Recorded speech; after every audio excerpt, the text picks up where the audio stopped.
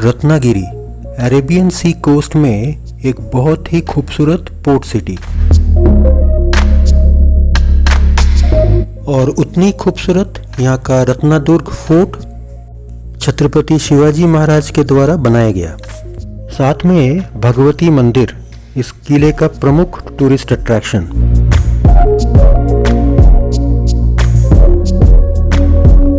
रत्नागिरी लोकमान्य तिलक का जन्म स्थान है और उनका स्मारक एक बड़ा टूरिस्ट अट्रैक्शन। यहाँ वीर सावरकर स्मारक भी स्थित है।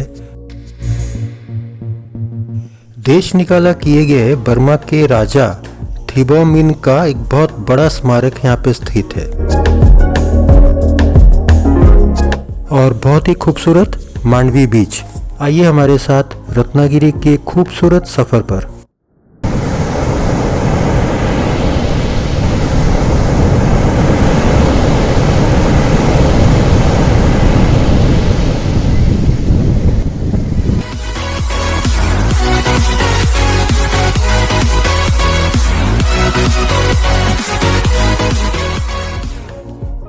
सफर का शुरुआत वीर सावरकर मेमोरियल से।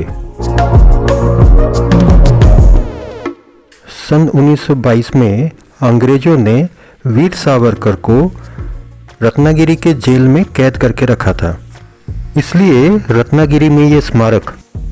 यहाँ पतित पावन मंदिर की स्थापना वीर सावरकर जी ने सन 1931 में किया था। आइए सबसे पहले चलते हैं मंदिर के अंदर।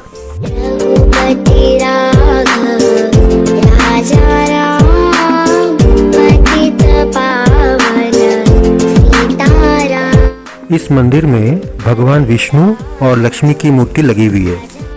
यह भारत की पहली मंदिर है जहां सभी जाति के लोग पूजा करने आ सकते हैं। वीर सावरकर न सिर्फ एक फ्रीडम फाइटर थे बल्कि एक बहुत बड़े समाज सुधारक थे। आइए म्यूजियम की कुछ झलकियां आपको दिखाते हैं।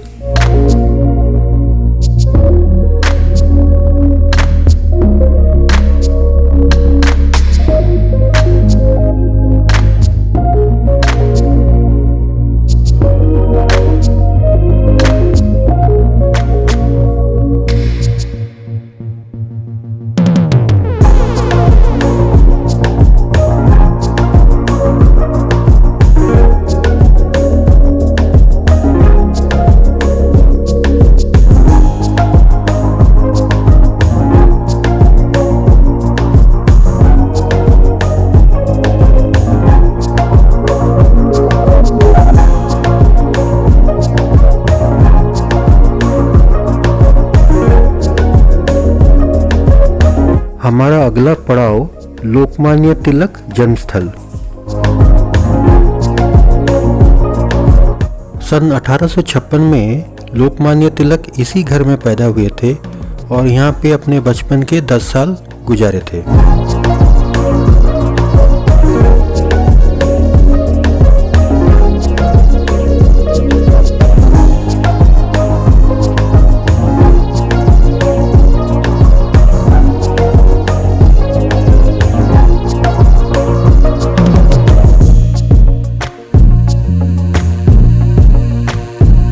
इस घर के अंदर पिक्चर्स, पेंटिंग्स और पुराने न्यूज़पेपर क्लिपिंग्स रखे हुए थे। इतिहास के छात्रों को विशेष रूप से रुचि होगी यहाँ घूमने के लिए।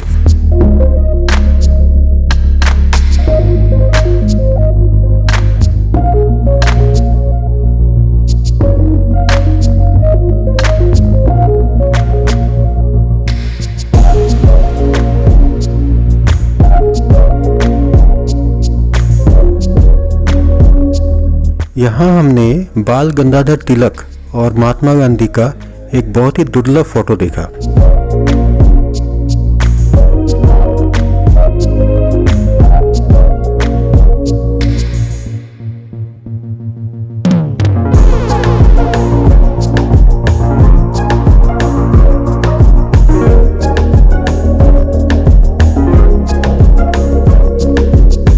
हमारा अगला टूरिस्ट अट्रैक्शन थिबा पैलेस।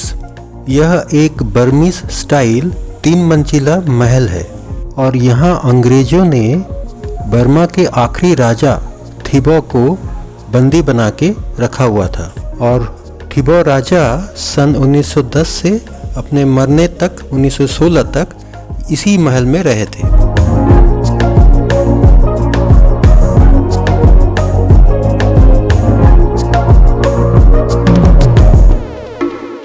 पूरे महल में बर्मा से लाए हुए लकड़ी का उपयोग किया गया है और बिल्डिंग के बाहर की तरफ की खिड़कियों में रंगीन इटालियन ग्लासेस लगाए गए हैं। अंदर पुराने ज़माने की बहुत सारी मूर्तियाँ रखी हुई हैं।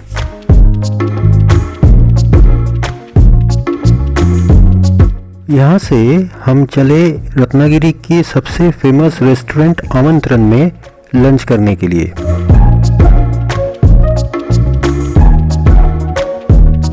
हमने यहाँ 3 थालियाँ मंगाई, एक पॉम्फ्रेट थाली, एक प्रॉन थाली और एक बांगड़ा थाली।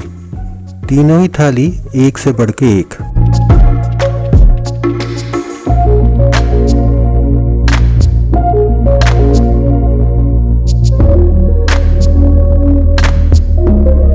इस कोंकणी खाने का हमने डिटेल रिव्यू पिछले व्लॉग में किया था, जिसका लिंक डिस्क्रिप्शन बॉक्स में दिया हुआ है।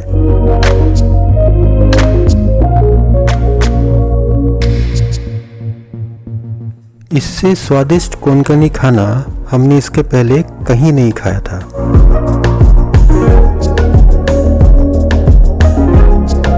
लंच करके हम निकल पड़े यहाँ का एक बहुत ही फेमस बीच, मांडवी बीच की ओर। बीच की तरफ ना जाके हम इनके जेटी के ऊपर चलने लगे और ये काफ़ी खूबसूरत समुद्र के ऊपर बना हुआ था। यहाँ बैठने की काफ़ी अच्छी व्यवस्था बनाई हुई है। यहाँ से सामने रत्नदुर्ग फोर्ट भी दिखाई देगा और ये जगह काफ़ी मनोरम है।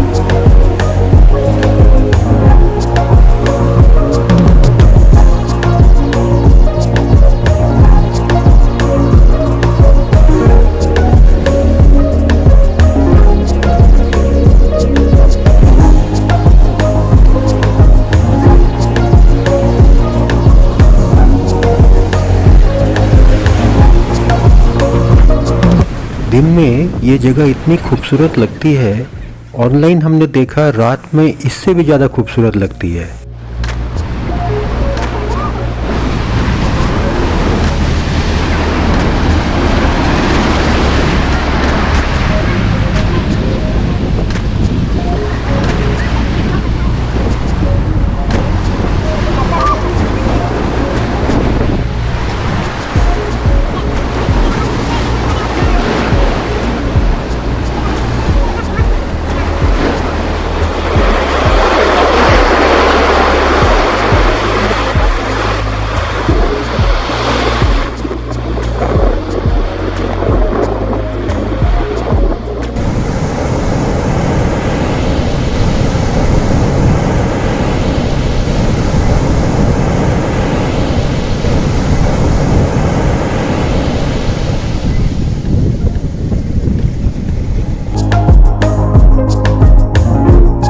मांडवी बीच से लगा हुआ है रत्नदुर्ग फोर्ट और हमारा अगला पड़ाव रत्नदुर्ग फोर्ट।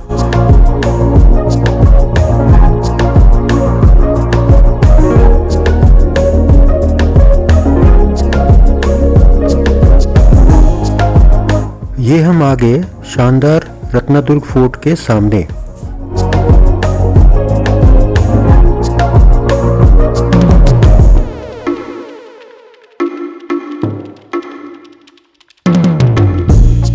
कुछ 20-25 सीढ़ियाँ चढ़ने के बाद हम सीधे दुर्ग में एंटर।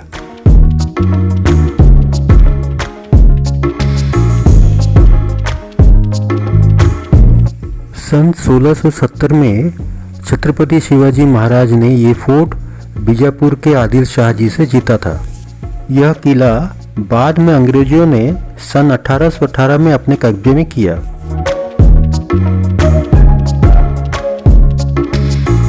फोर्ट के अंदर यहाँ का मेन टूरिस्ट अट्रैक्शन भगवती मंदिर।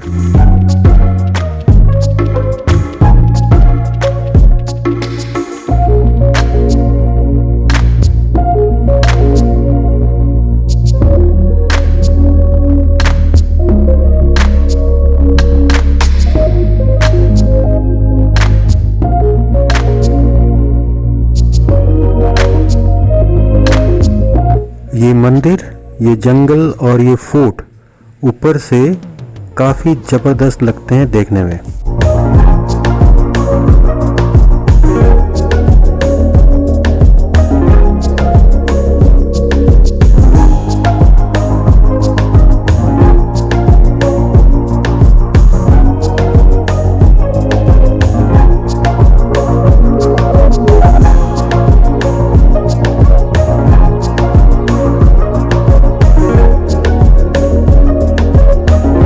एक मछुआरा जेट्टी के ऊपर से मछलियां पकड़ता हुआ।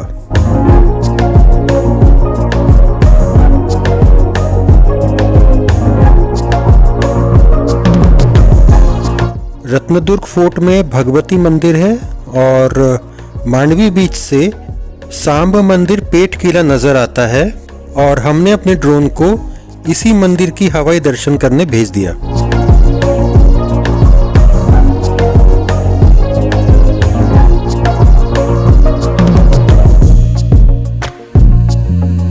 रत्नदुर्ग फोर्ट के ठीक सामने एक बहुत बड़ा मछुआरों का गांव है।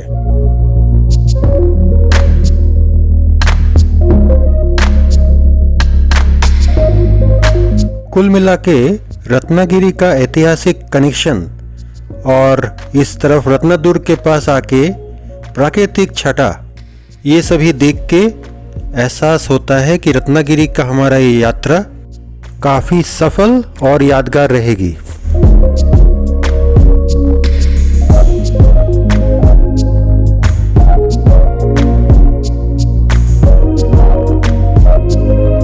अगले हफ्ते हमारे साथ आइए यहाँ का प्रसिद्ध पर्यटक स्थल गणपतिपुले की यात्रा में।